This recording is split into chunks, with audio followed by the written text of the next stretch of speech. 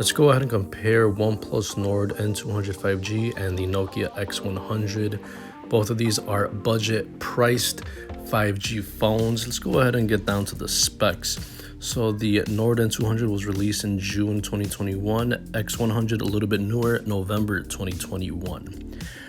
The weight, the N200 is 6.67 ounces, Nokia is 7.65 ounces. Both have a single nano SIM card slot, and they both have a plastic build quality to it.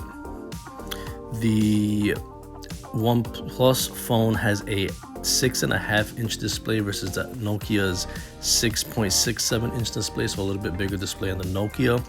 But the Nord from OnePlus has a 90 Hz refresh rate versus the 60 Hz on the Nokia. Both have a 1080p display with similar PPIs around 400. Software is almost the same as well. You have Android 11 on both of these devices, and they're fairly stock versions of Android. The chipset, both of these are rocking Snapdragons, and they both have the Snapdragon 480 5G processor, which is going to be good for most people. In the storage department, the OnePlus has 64 gigs versus the 128 on the Nokia, but both can be expanded by micro SD card slot. Now for the cameras, the OnePlus has 3 cameras on the back, 13 megapixel main, 2 megapixel macro, 2 megapixel depth. The Nokia has 4 cameras, 48 megapixel main, 5 megapixel ultra wide, 2 megapixel macro, 2 megapixel depth, and it has Zeiss optics. If I had to pick between a better camera system, I'm going to say it's going to be on the Nokia because of the ultra wide. And video is going to be 1080p on the OnePlus. It is not yet confirmed if it has 4K on the Nokia. Selfie cameras, same thing, 16 megapixel shooters with 1080p on both of these phones. Both have headphone jacks. Both have Bluetooth 5.1, which is good for Bluetooth connectivity for your headphones and your smartwatch. Both have NFC for payments, and both have USB Type-C. Both have fingerprint readers, and they're both on the side, so that's pretty good.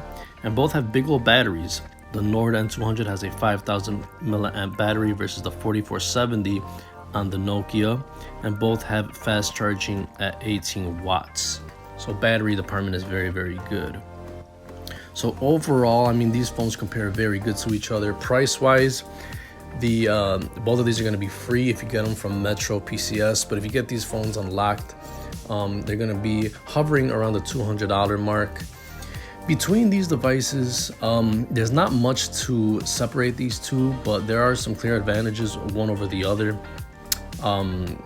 The OnePlus has that 90 Hz refresh rate, but the Nokia has that double internal storage. Everything else about these devices are pretty much the same. Another kicker though is that the camera on the Nokia has that ultra wide camera on the back, so that, to me, that actually makes a big difference, especially because that's something that you could see right away if you take a lot of pictures and videos. That's a clear advantage right there. Software is going to be the same, similar stock versions of Android, so they're both going to feel like Pixel devices for the most part. So yeah, these phones stack up just really, really close to each other. It just shows how far 5G phones have come for budget devices. So yeah, tell me which one you guys would rather pick. I could go with either one of these. Thanks for watching. I'll see you in the next one.